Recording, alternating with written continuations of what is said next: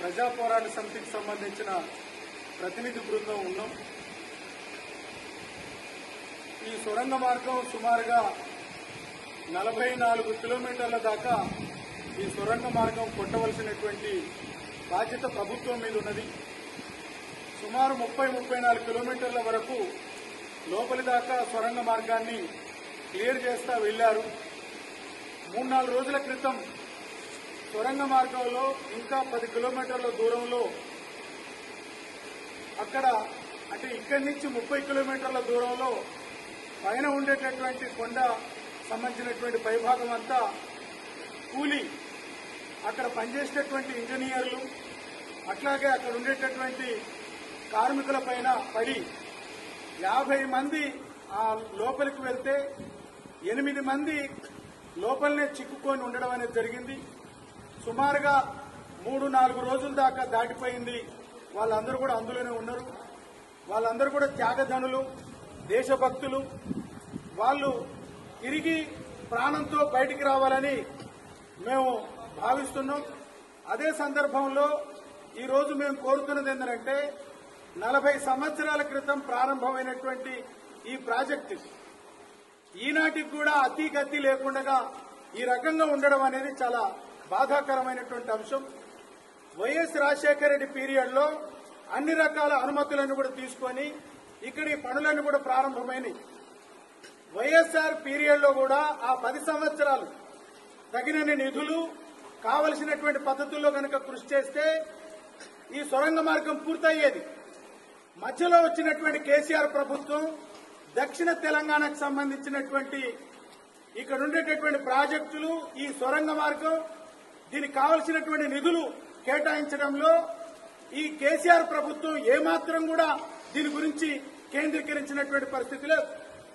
మేము అనేక సందర్భాల్లో సొరంగ మార్గం చాలా కీలకమైంది. కృష్ణా నీరు నల్లగొండ జిల్లా, ఉమ్మడి జిల్లా అంతటి కూడా ప్రవహించాలన్నా దక్షిణ తెలంగాణ జిల్లాకు సుమారు 15 లక్షల ఎకరాల భూములకు సాగునీరు అందాలనంటే ఈ ఎస్ఎల్బీసీ సొరంగ మార్గం క్లియర్ కావాలని కొట్లాడినాం. చాలా సందర్భాల్లో నిధులు కేటాయించమని కోరినాం. కానీ నిర్లక్ష్యం వల్ల ఈ ప్రాజెక్టుకు కావాల్సినటువంటి నిధులు కేటాయించలేదు. ఈ మధ్యకాలంలో వచ్చినటువంటి కాంగ్రెస్ ప్రభుత్వం మళ్లీ నిధులు కేటాయించింది. సుమారుగా 3 సంవత్సరాల క్రితం ఆగిపోయినటువంటి పనులన్నింటినీ కూడా ప్రారంభమైనవి.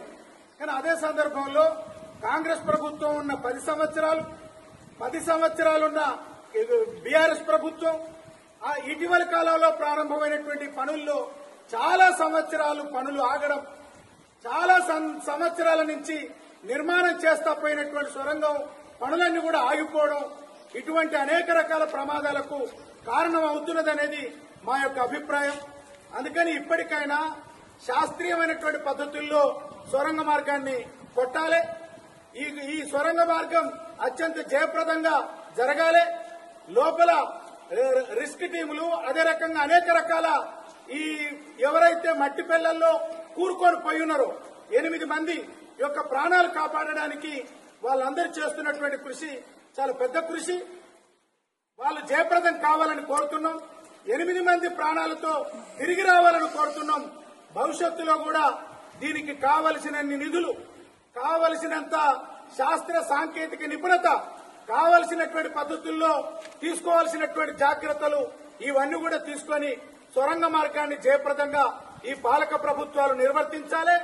అటు కాంగ్రెస్ ప్రభుత్వం, ఇటు బీఆర్ఎస్ ప్రభుత్వం ఏళ్ల తరబడి జరుగుతున్నటువంటి నిర్లక్ష్యం కారణం వల్లనే ఇవాళ 8 మంది ప్రాణాలతో చెలగాటమడుతున్నటువంటి పరిస్థితి ఉంది. నల్లగొండ జిల్లా యొక్క సాగు భూములనంటే ఈ పాలక పక్షాలకు సరైనటువంటి ఆలోచన లేదు, చిత్తశుద్ది లేదు. అందువల్లనే ఈ రకమైనటువంటి పరిస్థితులు ఏర్పడ్డాయి. భవిష్యత్తులోనైనా ఈ సొరంగ మార్గం యొక్క ఎజెండా ప్రధానమైనటువంటి ఎజెండాగా ఉండాలి. ఈ ప్రాంతం అంతా కరువు బారిన పడినటువంటి ప్రాంతాన్నంతా కావలసినటువంటి శాశ్వత కరువు నుంచి బయటపడేసేటటువంటి పద్ధతుల్లో ఈ ప్రాంతాన్నంతా సారవంతం చేసేటటువంటి పద్ధతుల్లో సొరంగ మార్గాన్ని జయప్రదంగా నిర్వర్తించాలని ఇప్పుడున్నటువంటి ప్రభుత్వం 8 మంది ప్రాణాలను తక్షణం కాపాడే వైపున ప్రయాణం సాగాలని కోరుతున్నాం.